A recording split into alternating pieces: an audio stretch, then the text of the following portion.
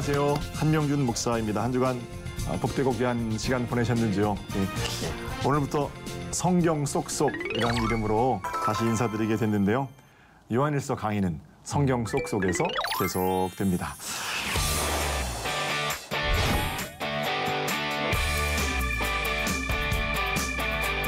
자, 이런 질문부터 시작해볼까요? 두 분은 네. 스포츠 좋아하세요? 아, 좋아하죠. 좋아하세요? 네. 어떤 스포츠 좋아하세요? 저는 야구를 좋아합니다. 야구 좋아하시는군요. 네, 저도요. 네. 네. 소희 씨는요? 저는 수영을 좋아합니다. 수영 좋아하세요? 네. 역시 인어공주셨어. 저도 야구를 좋아하고요. 제 아들도 야구를 좋아하는데 제가 살고 있는 평택이라는 지역은 우리나라 프로야구가 열리는 여러 구장들 중에서 뭐 잠실, 인천, 또 목동, 대전, 수원 여기까지 전부 1시간 반 정도에 갈 수 있어요. 그러니까 아주 살기 좋은 동네는 맞는 것 같아요. 네. 요즘은 바빠서 구경 잘 못 가지만 제 아들 어릴 적에는 구경 자주 다녔었거든요. 한 5년 전인 것 같은데 그날 이제 대전 경기장에서 제가 좋아하는 팀하고 대전 하나 이글스하고 경기가 있었어요. 그래서 6시 반 경기니까 4시 반에 우리 아들 데리고 너무너무 좋아하는 거예요. 아빠 정말 야구 보러 가는 거예요. 그래서 이제 탁 출발해서 경부고속도로 들어섰죠. 근데 애가 지금은 안 그렇지만 이제 어릴 때니까 막 노래도 응원가도 부르고 그리고 신나게 이제 가고 있는데 그러다가 지쳐갖고 잠이 들었어요. 옆자리에서. 청주쯤 지나갔는데 비가 오기 시작하는 거예요. 아이고. 그래서 야구장에 다 도착했어요. 도착해서 이제 깨웠죠. 아들을 깨우니까 아빠 걱정하지 말라는 거예요. 자기가 열심히 기도를 했으니까 하나님께서 기도를 듣고 비를 그치게 해주실 거고 우리가 야구 못 보는 일은 없을 거다고 그러는 거예요. 그래서 이제 내심 걱정되는 마음에 이제 아이와 함께 매표소를 갔는데 매표소 앞에 아니나 다를까 사람들이 많이 모여 있었고요. 우리는 하나님께서 우리 아들의 기도를 들어주셨을까 이런 마음으로 가서 줄 서 있는데 방송이 나오는 거예요. 금일 경기는 우천으로 취소되었습니다. 2시간 정도 내려갔거든요. 그러니까 한동안 저하고 제 아들하고 눈만 쳐다보면서 서로 말할 수 없었고요. 그렇게 기다렸는데 우천 취소, 뭐 어쩔 수 없죠. 닭똥 같은 눈물을 뚝뚝 흘리는데 옆에 차를 태우고 이제 집으로 돌아왔습니다. 오는 길에 이 말 저 말 이제 했거든요. 좀 마음을 달래보려고. 근데 대답을 안 해요. 서운한 마음이 가시질 않는 거예요.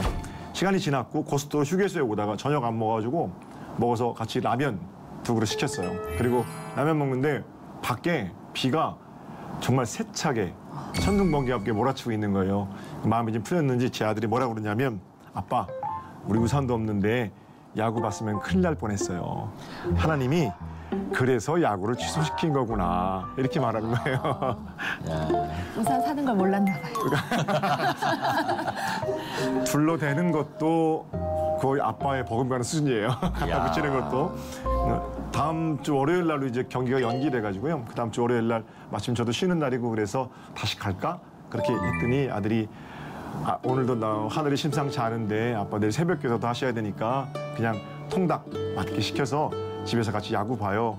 그렇게 하는 걸 보고 야 아들이 하나님이 기도를 안 된다 이렇게 들어주셨죠. 안 들어주신 게 아니라 안 된다라는 응답에 대해서 자기가 소원하는 게 꺾이고 많이 컸구나. 아들이 자랐구나. 그런 생각 제가 했습니다. 제가 이제 야구장 얘기를 길게 말씀드리는 거는 부모로서 이렇게 점점 아이가 자라가는 것을 보는 게 그 기쁨이잖아요. 하나님께서도 우리가 자라가는 것을 보는 것이 하나님의 기쁨이지 않을까 하는 생각 때문에 말씀을 드렸어요. 우리가 무엇인가 하나님께 요청할 수 있죠. 하나님은 우리가 무엇인가를 요청할 때 기뻐하시잖아요. 갓난아기일 때 자녀가 아빠 뭐 해주세요. 처음 요청하는 것 같으면 아빠가 뭘 못 해주겠습니까? 엄마 뭐 해주세요. 그럼 엄마가 뭐 모든 것을 팔아서라도 자녀에게 해주고 싶은 마음이 굴뚝 같죠. 동시에 뭔가를 요구한다는 거는 자녀가 그만큼 자랐다는 거예요. 갓난아기일 때는 그냥 울면서 요구하지만 자기 입을 열어서 아빠 이거 해주세요, 저거 해주세요. 그만큼 자랐다는 거죠. 마찬가지로 하나님께서도 우리의 요구에 대해서는 사실은 기뻐하실 것 같아요. 그만큼 자랐다는 거거든요. 그런데 장성한 다음에도 다 컸는데 계속 똑같은 요구를 한다면 자랑거리이기보다는 그 부모에게는 근심거리일 수도 있겠다. 그런 생각하게 됩니다. 부모가 원하는 게 뭔지 또 부모님이 원하는 길에 따라 사는 삶이 어떤 보람이 있는지 깨닫고 실천하는 그런 자녀들이 장성한 다음에도 부모와 자식 간의 바른 관계를 유지할 수가 있겠죠. 물론 뭐 자라서도 자녀가 요구할 수 있죠. 능력 있는 부모라면 장성해서 요구하는 자녀의 부탁도 들어줄 수 있는 거고요. 문제는 평생토록 요구만 늘어놓는 자녀, 또 부모니까 그 부탁을 다 들어줘야 한다. 그러면 그건 정상적인 관계는 아니지 않나 생각하게 돼요. 30년, 40년을 신앙생활을 했는데 믿음 안에서 하나님께서 뭐 원하시는지는 관심 별로 없고 하나님, 제가 이제부터 기도할게요. 제 요구사항은 이런 것들이에요. 자녀, 건강, 재물, 사업. 충분히 하나님께 구할 수 있지만 장성한 뒤에도 계속 하나님께서 원하시는 것에 대한 관심보다는 그것만 늘어놓는다면 하나님의 마음도 그렇게 기쁘고 대견하지만은 않을 거다. 이런 생각 해보게 됩니다. 자, 자라야 합니다. 그렇죠? 네. 그러면 어디까지 자라냐면 예수님까지 자라는 거예요. 아멘. 네, 예수님처럼 될 때까지. 아멘. 지난 시간 이제 말씀 기억하실지 모르겠지만 그가 나타나시면 우리가 그와 같을 줄을 아는 것은 그의 참모습을 그대로 볼 것이기 때문이니 우리 같이 공부했잖아요. 그러니까 그가 나타나시면 그와 같이 될 줄을 예수님처럼 될 때까지 자라는 것, 장성하고 충만한 분량에 이르기까지 자라가기를 멈추지 않는, 마침내 예수님처럼 될 거다 이런 어떤 긍지를 가지고 자라가는 복이 있으면 좋을 것 같아요. 자, 아멘. 오늘 요한에서 3장인데요. 6절부터 10절까지. 먼저 6절 함께 볼까요? 6절을 우리 다 같이 한번 읽어볼까요? 6절 네. 말씀 갑니다. 시작. 그 안에 거하는 자마다 범죄하지 아니하나니 범죄하는 자마다 그를 보지도 못하였고 그를 알지도 못하였느니라. 아멘. 너무 은혜로운 말씀인데 해석에 있어서 논란이 좀 되는 말씀이기도 해요. 먼저 우리 그 안에 이렇게 돼 있는데 앞절하고 연관이 돼 있죠. 지난 시간 공부가 죄 없으신 예수 그리스도. 그러니까 그 안에란 말은 죄 없으신 예수 그리스도 안에. 좋아요. 예수 그리스도 안에 거하는 사람마다 뭐라고 그래요? 범죄하지 않습니다. 그러죠. 범죄하는 자는 예수를 모르는 자입니다. 편한 얘기로 그런 얘기거든요. 의미는 충분히 알겠는데 문자 그대로 읽으면 좀 난감하죠. 예수 그리스도 안에 거하는 자마다 범죄 안 합니다. 지난 한 주간의 삶만 보더라도 우리가 하나도 죄 안 짓고 살았나? 여러분 어떠세요? 어휴. 어휴. 어이구 아프라. 그럼 물론 우리가 이제 무슨 커다란 죄를 도모하거나 계획해서 의도적으로 저지르고 그러진 않았죠. 그렇죠. 그리고 예. 뭐 당장 경찰서에 잡혀가고 감옥에 갈 만한 그런 죄를 저지르고 숨기고 살고 그런 건 아니죠. 그렇죠. 예, 예. 아유. 그러나 죄 가운데 살았다는 사실만큼은 부인할 수 없잖아요. 그러니까 주일날 교회 가서 기도할 때 뭐라고 기도하면 대표 기도하시는 분이 우리가 알고 지은 죄, 모르고 지은 죄 용서받기를 원합니다. 이게 한국교회 대표적인 기도문에 어떤 들어가는 내용 아닙니까? 그건 뭐예요? 알고 지은 죄가 있고 모르고 지은 죄가 있다는 거잖아요. 근데 오늘 본문에는 예수 그리스도 안에 있는 사람들은 죄를 안 짓는다면서요. 그러니까 문자 그대로 이 말을 읽으면 사실은 어느 것 하나가 모순인 거예요. 예수 그리스도 안에 있지 않든지 아니면 죄를 짓고 살았든지. 예수님을 누구보다 잘 알고 있는 사람들이고요. 우리는 또 예수님을 잘 알려고 여기 나와서 저도 열심히 말씀도 전하고 같이 연구하고 공부하고 그러는 거잖아요. 알기도 하고 더 알고 싶기도 하고. 그러니까 예수를 알고 있다는 사실도 부인할 수 없는 사실이고. 우리가 범죄하지 않았느냐? 아니죠. 일주일 동안 죄 가운데 살았다는 것도 부인할 수 없는 사실이고. 그러니까 이 말씀 그대로 우리가 참으로 받아들이기가 참 어렵다는 거죠. 먼저 이런 생각해 볼게요. 이 말씀을 문자 그대로 받아들이는데 잘못 받아들인 사람들이 있어요. 예수 안에 거하면 절대 범죄가 없다. 나는 절대 지옥에 갈 사람이 아니다. 아멘이죠. 물론입니다. 그러나 여기서 더 나아가서 나는 절대 지옥에 갈 사람이 아니기 때문에 내가 무슨 일을 해도 죄가 아니다. 이건 아니잖아요. 이게 니골라당이고요. 이 뿌리가 영지주의이고 영지주의가 니골라당 뭐 이런 이단들이 나타난 극단적인 모습이 한국교회 구원파예요. 맞아.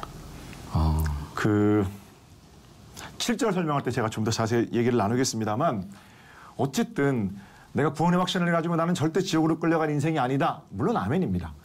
그런 확신 가지고 살아야 하죠. 그렇기 때문에 그러나 내가 하는 모든 일은 죄가 아니다. 이렇게까지 나가면 사실은 하나님 앞에 지속적으로 죄를 회개하며 거룩하게 살려고 했던 수많은 신앙의 선배들의 노력들에도 먹칠하는 거고 성경 말씀에도 사실은 정반대의 삶을 살아가는 거죠. 그럼 어떻게 해석해야 되느냐? 예수 안에 거하는 자들은 범죄하지 않습니다. 이 본문을 어떻게 해석해야 되냐면요. 히라보 원문에 단서가 있다고 저는 생각해요. 범죄하는 이라는 단어가요. 히라보로 하마르타네라는 동사예요. 하마르타네가 현재 진행형으로 쓰였거든요. 그러니까 네. 이 말을 직역하면 이런 겁니다. 현재 계속해서 죄를 범하고 있는 자는 이런 거예요. 또 범죄하는 자라고 번역된 호하마르타논이라는 히라보 역시 지속적으로 습관적으로 죄를 짓고 사는 사람 이런 뜻이거든요. 그러면 직역해서 원어에 충실하게 제가 그 6절을 다시 한번 읽어볼게요. 예수 그리스도 안에 거하는 자는 지금 계속해서 지속적으로 죄를 범하지는 않습니다. 예수 그리스도 안에 거한다고 말하면서 습관적으로 계속해서 죄를 짓는 것은 사실은 예수를 알지도 못하고 보지도 못하는 겁니다. 이러니까 의미가 좀 명확해지죠. 네. 예수 안에 있으면 죄가 없다. 이건 선언이고 선포예요. 충분합니다. 아멘입니다. 그러나 내가 하는 모든 일이 다 죄가 아니다. 이렇게 되면 의미가 전혀 달라지는데 예수 안에 살면 지속적으로 습관적으로 죄를 지으며 그렇게 살지는 않습니다. 이렇게 말한다면 우리가 잘 아는 대로 거룩하게 살아야 합니다. 거룩한 신분을 가지고 거룩한 삶을 살아야 합니다. 삶의 거룩을 이루어야 합니다. 이렇게 의역해서 읽을 수가 있는 거죠. 그리스도 안에 사는 자들은 죄로부터 멀리 떨어져 살아야 한다. 라는 의미로 6절은 충분히 이해가 된다라고 볼 수 있을 거고요. 그게 이제 우리가 지난 20시간 동안 넘게 요한일서 1장부터 이어오던 그런 흐름 가운데 있는 말이기도 하고요. 자, 그 다음 구절인데요. 7절, 8절. 우리 승대 씨가 한번 읽어주실까요? 네. 네. 자녀들아 아무도 너희를 미혹하지 못하게 하라. 의를 행하는 자는 그의 의로우심과 같이 의롭고 죄를 짓는 자는 마귀에게 속하나니 마귀는 처음부터 범죄합니다. 하나님의 아들이 나타나신 것은 마귀의 일을 멸하려 하심이라. 아멘. 목소리가 배우가 아니라 성우 같으세요. 좀 신경 썼어요. 구절도 굉장히 은혜롭지만 네. 너무너무 좋은 음성으로. 이 말은 어떤 말일까요? 미혹하는 마귀의 유혹을 물리치며 살아라 이런 말이겠죠. 네. 본문을 통해서 알 수 있는 것은 먼저 당시에도 그리스도인들을 미혹하는 사람들이 있었다라는 것 알 수 있죠. 아까 말씀드렸던 영지주의자들이에요. 깨달음 굉장히 중요합니다. 그리고 사실은 기독교 공동체 안에서도 이 깨달음만큼 그냥 아는 것 아니고 깨달아 아는 것은 매우 중요한 가치임에는 틀림이 없습니다. 그런데 깨달음만 있으면 어떤 삶을 살아도 된다? 저는 그건 복음 아니라고 생각합니다. 이상한 논리예요. 바른 깨달음은 반드시 바른 삶으로 이어지게 되어 있죠. 아멘. 바른 삶으로 바른 깨달음의 진정성을 증명해내는 거지 바른 깨달음만 있으면 삶에 대해서는 묻지 말아라. 저절로 글쎄요. 그것도 은혜 안에서는 가능한 고백이겠지만 저절로가 아니라 주님의 은혜의 손에 의해서라는 표현이 더 적절한 것 같고요. 깨달음만을 강조하고 생명의 교리를 영적인 깨달음으로 둔갑시킨 그런 악한 뿌리들은 수천 년 동안 한국 교회에 있었던 그런 뿌리가 라고도 말씀드릴 수 있어요. 계속해서 믿는 사람들을 미혹하는 겁니다. 뭐 이런 얘기잖아요. 너 죄 지어도 괜찮아. 직접 그런 얘기는 안 하더라도 너는 하나님의 씨로 떼어난 특별한 씨잖아. 뭐 이렇게 강조하면서 마치 이게 우리의 구원을 확증해주고 보증해주는 것 같지만 사실은 그 가운데 거룩하게 살 가능성들을 소멸해버리는 결정론적인 운명론 뭐 이런 것은 사실은 그리스도인의 구원론의 뭐 좋은 자세라고 말할 수 없어요. 이렇게 사람들을 미혹해서 넘어뜨리지만 성경은 뭐라고 해요? 그들로 너희를 미혹하지 못하게 하라. 네. 예수 그리스도 십자가의 감격을 가지고 아무렇게나 사는 것이 아니죠. 의를 행하고 죄를 멀리하고 살아야 하는 것이 그리스도인들의 삶이고요. 그런 복된 삶이 우리 두 분 우리 배우님들의 것이 됐으면 좋겠고 여기 앉아 계신 우리 성도들 그리고 방청객들의 것이 되었으면 참 좋겠다라는 생각을 해보게 됩니다. 아멘. 자, 이런 기준을 가지고 그 다음 9절과 10절을 함께 읽어볼게요. 소희 씨가 이번에 읽어주시죠. 네. 하나님께로부터 난 자마다 죄를 짓지 아니하나니 이는 하나님의 씨가 그의 속에 거함이요 그도 범죄하지 못하는 것은 하나님께로부터 났음이라. 이러므로 하나님의 자녀들과 마귀의 자녀들이 드러나나니 무릇 의를 행하지 아니하는 자나 또는 그 형제를 사랑하지 아니하는 자는 하나님께 속하지 아니하니라. 아멘. 역시 우리 소희 씨도 목소리가 아주 너무 좋습니다. 네. 노력 좀 했어요. 이 말씀을 읽고 나서 이렇게 문맥상으로 제가 설명드린 바로 읽으면 의를 행하고 사랑하고 살아야 한다. 그래야 속한 자다. 이렇게 읽을 수 있잖아요. 그런데 이 말씀을 가지고 범죄하는 씨가 따로 있고 하나님의 씨가 따로 있다. 이렇게 읽는 것은 철저한 오독이죠. 의를 택하며 의를 행하며 하나님이 택한 자답게 살아야 한다. 이렇게 읽는 것이 이 말씀을 요한의 입장, 요한의 의도대로 바르게 읽는 거죠. 씨를 뿌리면 그 열매를 거두기까지는 짧게는 수개월에서 뭐 길게는 수년까지의 시간이 걸리잖아요.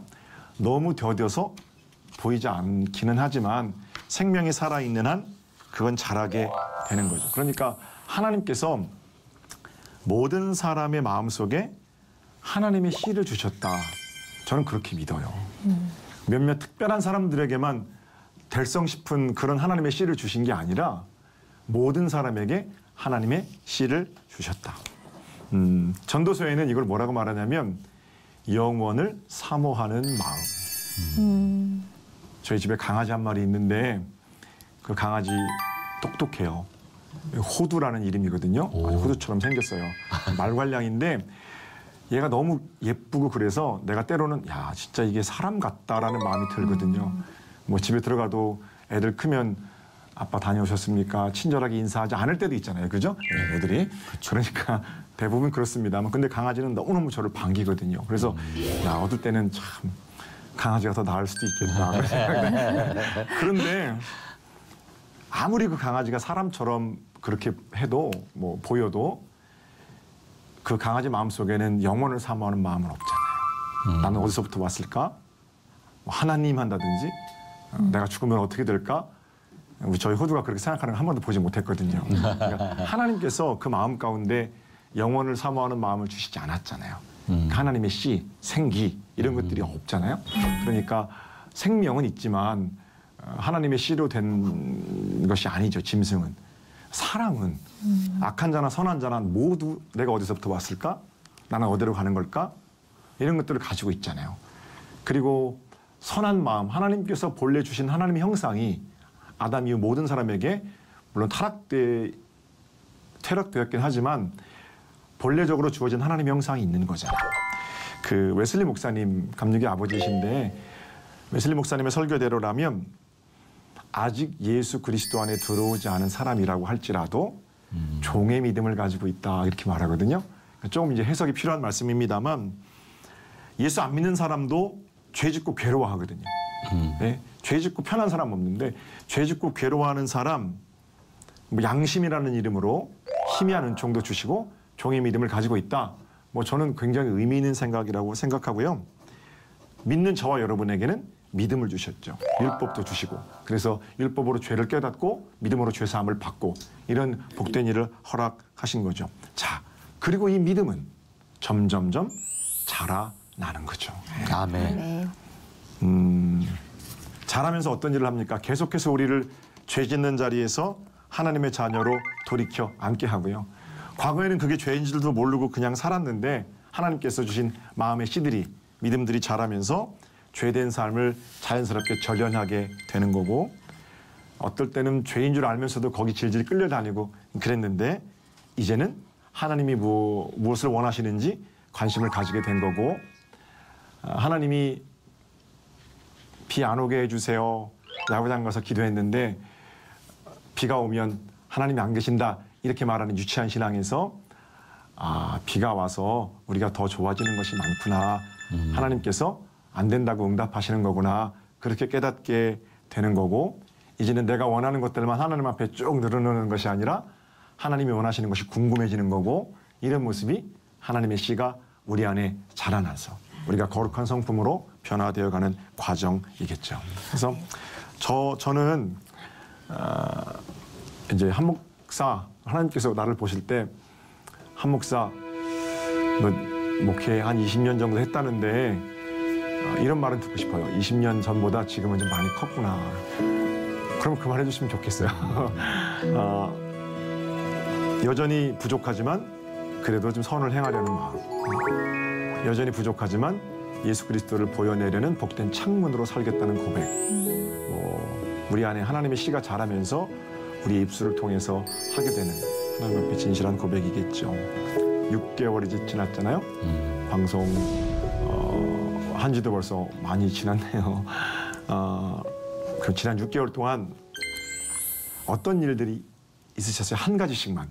6개월 동안 뭐 좋은 일이든 슬픈 일이든 한번 나눠볼까요? 네. 일단 뭐 제일 큰 거는 이제 큰 아이가 네. 이제 고등학교로 진학을 하면서 네. 모든 생활의 패턴이 달라지고 큰 아이에게 조금 더 신경 쓸 수 있는 기회를 주시고 네. 그로 인해서 아이와 같이 성장할 수 있는 어떤 하나님의 복된 은혜가 내려왔던 시절이었던 것 같아요. 그렇군요. 네. 큰아이가 고등학교에 진학하는 네, 일을 네. 통해서. 네. 네. 소희 씨는요? 벌써 6개월이 됐다고 생각하니까 정말 반년이 흘렀다고 생각하니까 네. 뭐 했지라는 생각이 또 들고요. 저도 아이를 키우다 보니까 아이가 또 한 살 더 먹고 이제 또 새로운 원에 적응을 그동안 하느라고 네. 그래서 그걸 지켜보면서 정말 많이 얘도 참 고생이다, 힘들다. 근데 또 많이 성숙해 있더라고요. 그런 모습을 보면서 참 하나님께 감사했고요. 그렇군요. 네. 아이가 이제 자라가는 모습이라든지 6개월 동안에 또 아이가 입학하고 새로운 환경에 적응하고 이제 그런 과정들을 보면 부모로서 잘해주기를 바라고 또 다 해주고 싶지만 또 자녀가 해야 할 부분들을 지켜보는 일도 사실 애달픈 마음으로 사랑하는 마음으로 그렇게 지켜보는 거잖아요. 하나님께서도 우리 인생을 보실 때 하나님이 나를 얼마나 사랑하시는지를 알게 하시려고 우리에게도 자녀를 주신 거죠. 내가 지금 자녀를 사랑하는 그것보다 우리 하나님 나를 더 사랑하시는구나. 그러면 순대 선생님 얘기대로 아이가 자라가는 과정이 내게도 좋은 가르침이 되고 함께 자라가는 그런 복된 일들이 되고 그렇게 하나님 안에서 서로가 사랑의 끈들을 확인해 갈 때 여전히 우리는 뭘 확인할 수 있냐면 내가 이렇게도 생각하네. 우리 안에 믿음의 씨들이 사랑의 씨들이 이렇게 많이 자랐네. 풍성해지는 점점 더 멋져져 가는 그런 좋은 그리스도인들이 될 수 있겠죠. 어릴 때는 왜 아버지에 대해서 아버지가 좀 틀린 것 같아요. 이렇게 생각하다가 정작 내가 아버지가 되고 아이가 내가 아버지에 대해서 그렇게 생각하던 나이가 됐을 때는 아버지 말이 맞는 것도 있는 것 같아요. 마지막엔 그렇게 된대요. 아버지 당신의 말씀이 다 옳아요. 근데 그거는 그냥 아는 게 아니고 깨닫는 거잖아요. 네. 깨달으면서 동시에 나 또한 그렇게 넉넉한 아버지의 품으로 살아내는 것까지 그런 것까지가 우리의 삶의 몫이라면 그 과정이 전부 하나님 안에서 우리를 자라게 하는 믿음을 자라게 하는 사랑을 더 크게 하시는 하나님의 복된 섭리겠죠. 아마 6개월 동안 감사하면서 하신 분들은 감사가 더 커졌을 거고요. 기뻐하면서 하신 분들은 기쁨이 더 커졌을 겁니다. 사도 요한의 입을 빌어서 여러분 자신을 위해서 강력하게 권면을 좀 드리면 악에서 떠나셔야 하고 아멘. 죄를 멀리 하셔야 하고 아멘. 그래 하나님의 자녀고요. 벌써 반년이나 지났네. 물론 그렇죠. 그러나 반년이나 남았네. 이 마음도 참 좋은 마음인 것 같고 남은 6개월 동안 우리 안에 심어놓으신 하나님의 거룩한 씨들이 풍성하게 자라 열매내는 복된 일들을 꿈꾸며 2018년 하반기도 달려갔으면 좋겠습니다. 아멘. 거룩한 씨앗을 감사와 기쁨으로 키워내는 복 있는 여러분 되시기를 시청자 여러분 되시기를 주님의 이름으로 축복합니다. 아멘. 오늘 강의는 여기까지 하죠. 그럼 다음 시간에 찾아뵙겠습니다. 여러분 감사합니다.